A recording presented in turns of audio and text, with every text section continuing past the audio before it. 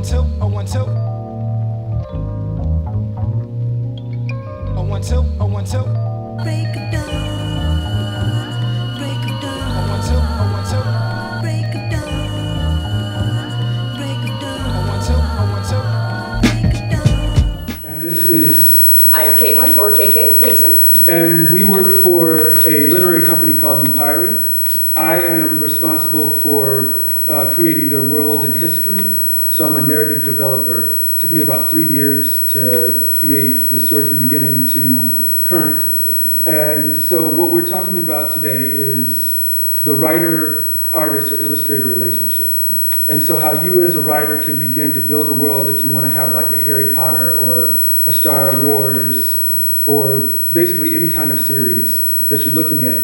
These are the guiding principles that you need to start with in order to make sure that you're on the right track and not doing a lot of rewriting.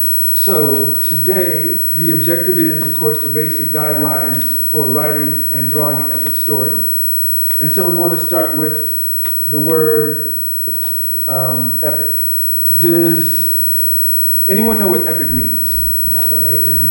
Amazing? Like really long, it was poetry, I think, journey. once. A journey? So, amazing journey? Yes, definitely. Yes. So epic is a multi-adventure story that describes the emotional growth of a group of characters under unusual circumstances. So it's not just about whoever your main character is, like your protagonist or antagonist. It's about that entire group of people and how they emotionally change under unusual circumstances.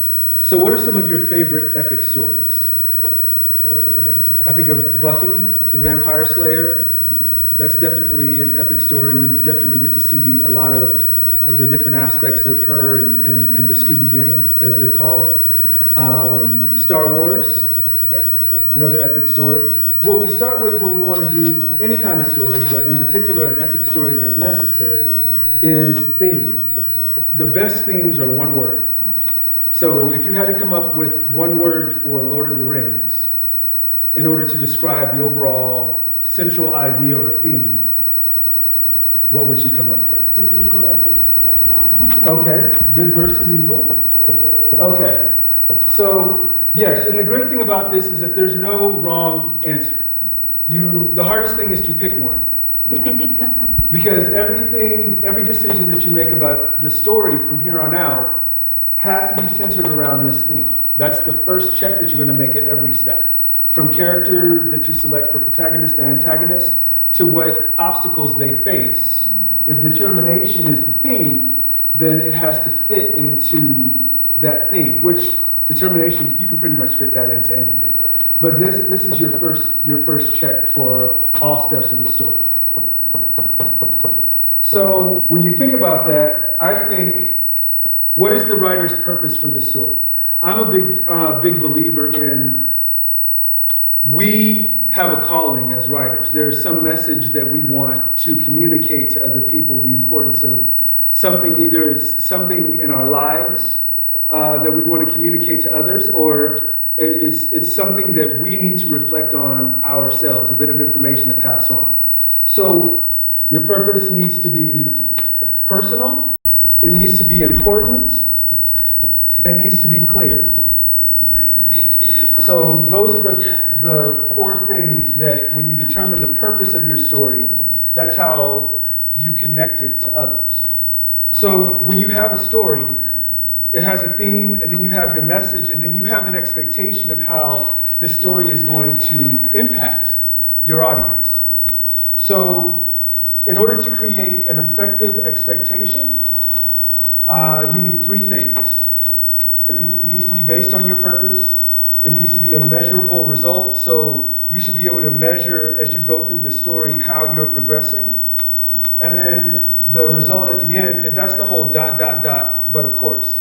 And of course that's kind of our thing where we want to surprise the audience, but with the surprise they go, but of course, it could have only ended that way. So after all of that, once you have your theme, your purpose, and your expectation, then there's something called a log line. Is anybody familiar with a log line? Is that like an outline of the story? With like the story arcs and all that stuff? Yeah, well, it's a little bit like that. So outline. Your log line is just this, so it's going to be an actual line. So it's like a brief description of the character and conflict in your story. Sometimes referred to in Hollywood as an elevator pitch. Say just enough that if you have a busy exec and you're moving between floors and you want to get them interested in your story, that's as much time as you have, is moving in between floors. So your log line, what it's supposed to do is supposed to get a neutral party interested in your story. 1, it describes the main character. 2, it needs to be thought-provoking.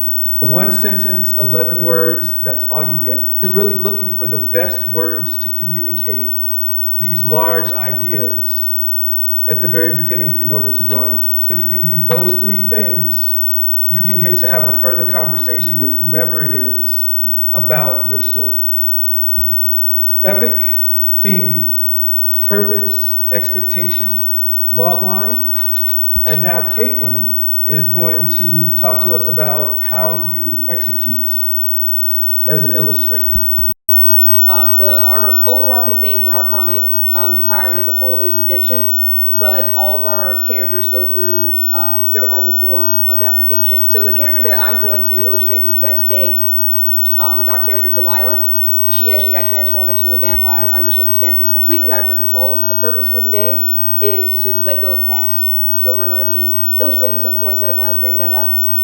The expectation, forgiving betrayal is the only way to move forward. And the log line is an obsessed vampire seeks answers. Usually, of course, there's way more details into that as far as like script and things like that. But at the high level, these are the things that as the artist, these are the things that I have to constantly keep in mind as I'm illustrating. Maybe this is like a journey story, like we talked about.